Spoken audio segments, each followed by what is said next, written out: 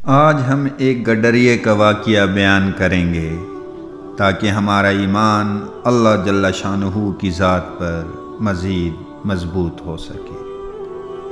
ایک علاقے میں بہت سخت قحط پڑ گیا اور قحط کی وجہ سے جانور مرنا شروع ہو گئے، یہاں تک کہ پورے علاقے میں جانوروں کے لیے گھاس پھوس بالکل ختم ہو گئی۔ ایک چرواہا جس کے کافی جانور تھے اور ایک بہت بڑا اس کا ریوڑ تھا، جب جانوروں کے چرنے کے لیے کچھ باقی نہ بچا تو وہ بھی بہت پریشان ہوا۔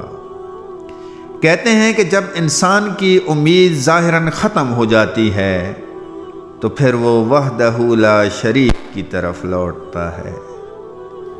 اس چرواہے نے بھی کچھ ایسا ہی کیا اور جمعۃ المبارک کے دن اپنی زندگی میں پہلی مرتبہ مسجد میں جمعہ پڑھنے چلا گیا۔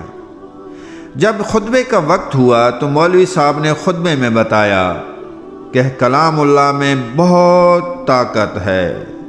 اللہ کا نام لے کر یعنی بسم اللہ پڑھ کر اگر دریا کو بھی حکم دیا جائے تو اس میں بھی اتنی طاقت نہیں ہوتی کہ وہ اللہ کی نافرمانی کر سکے۔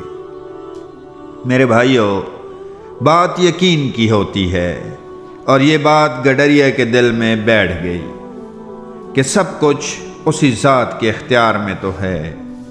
واپس آ کر اس نے اپنی بکریاں کھولیں اور سیدھا دریا پر چلا گیا۔ اس نے بسم اللہ پڑھا اور اپنی بکریوں کے ساتھ دریا پر چلتا ہوا دریا کے پار چلا گیا۔ دوسری طرف کا علاقہ گھاس سے بھرا پڑا تھا اور درختوں کے پتے بھی خوراک کے لیے کافی تھے، کیونکہ اس طرف کسی کو رسائی نہ تھی۔ چرواہے نے اپنے بکریوں کو خوب سیر کروایا اور اب اس نے اپنا یہ معمول بنا لیا کہ صبح بکریاں دریا کے پار چھوڑ آتا اور شام کو انہیں واپس لے آتا۔ اب اس کی بکریاں خوب سیر ہو کر کھاتیں، جس کی وجہ سے ان کا وزن بھی بہت بڑھ گیا تھا۔ اہل علاقہ اس بات پر بہت حیران تھے۔ ایک دن انہوں نے پوچھا، اس گڈریے کو کہا کہ آپ اپنی بکریاں کہاں چراتے ہیں؟ یہ اتنی سیر ہو کے آتی ہیں، جبکہ ہم پورے علاقے کو جانتے ہیں یہاں پہ گھاس کا ایک تنکا بھی نہیں تھا۔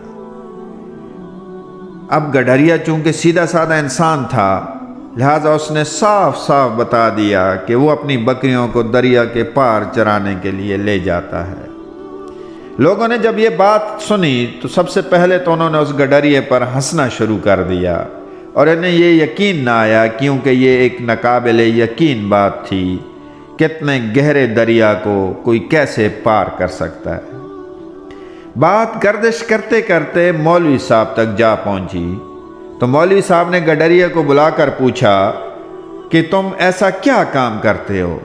اس گڈریے نے کہا کہ مولوی صاحب، میں تو آپ کے پاس خود شکریہ ادا کرنے کے لیے آ رہا تھا کہ اس دن خطبے میں آپ نے ہی تو بتایا تھا کہ اللہ کا نام لے کر اگر دریا کو بھی حکم دیں تو نافرمانی نہیں کر سکتا۔ مولوی صاحب اس کا چہرہ حیرت سے دیکھنے لگا اور کہا، بھائی ہم تو ایسی باتیں ہر خطبے میں کہتے ہیں تاکہ ہمارا ایمان تازہ ہو سکے، لیکن اس کا حقیقت سے کوئی تعلق نہیں ہوتا۔ اب جب یہ بات پورے گاؤں نے سنی تو ان لوگوں نے کہا کہ ایسے تو کام نہیں چلے گا، کل صبح پورا گاؤں دریا خود جائے گا اور مولوی صاحب اس کا تجربہ کریں گے۔ صبح گاؤں والوں نے مولوی صاحب کو کندھوں پر بٹھا کر نعرہ تکبیر کے نعرے بلند کرتے ہوئے دریا کے کنارے پہنچ گئے، جہاں گڈریا پہلے ہی اپنی بکریوں کے سمیت مولوی صاحب کا انتظار کر رہا تھا۔ اب چونکہ مجمع بہت بڑا تھا، پہلے تو مولوی صاحب نے کوشش کی کہ کسی طریقے سے جان چھڑا لے، لیکن جب کوئی حل نہ نکلا اور لوگوں نے مولوی صاحب کی تعریفوں کے پل باندھنے شروع کر دیے تو مولوی صاحب نے ایک رسا منگوایا اور اس کو ایک درخت سے باندھنے کے بعد اپنی کمر کے ساتھ باندھ دیا، اور جیسے ہی ڈرتے ہانپتے کانپتے پہلا پاؤں دریا میں رکھا تو دھڑام سے دریا میں گر گیا اور غوطے کھانے لگا۔ لوگوں نے جب مولوی صاحب کی یہ حالت دیکھی تو بڑی مشکل سے کھینچ کر اسے باہر نکالا۔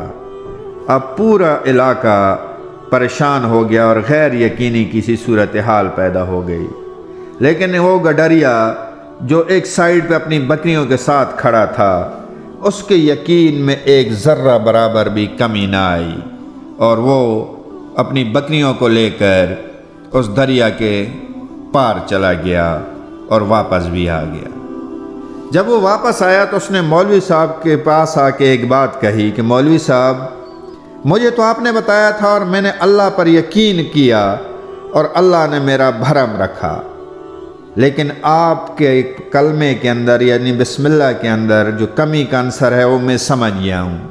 اور اس نے رسے کی طرف اشارہ کرتے ہوئے کہا کہ آپ کو اللہ سے زیادہ نعوذ باللہ اس رسے پر یقین تھا، تو میرے اللہ نے آپ کو اس رسے کے حوالے کر دیا۔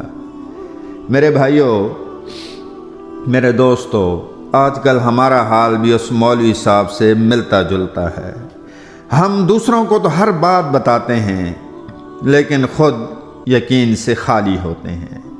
اللہ تعالیٰ ہر سچے انسان سے جو اس پر یقین کرتا ہے اسے خالی ہاتھ نہیں لوٹاتا۔ وما علینا الا البلاغ المبین۔